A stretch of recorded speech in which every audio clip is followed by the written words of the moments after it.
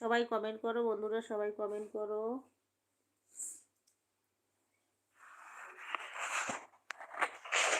আসসালামু আলাইকুম, কেমন আছেন? ওয়ালাইকুম আসসালাম ভাই, ভালো আছি। তুমি কেমন আছো ভাই? আমি বাগেরহাট থেকে দেখতেছি, লাইক দেন, থ্যাংক ইউ। শুভ সকাল। হ্যাঁ, শুভ সকাল। আমি চিনতে পারছি ভাই, তুমি কালকেও আসছিলে আমার লাইভে বাগেরহাট।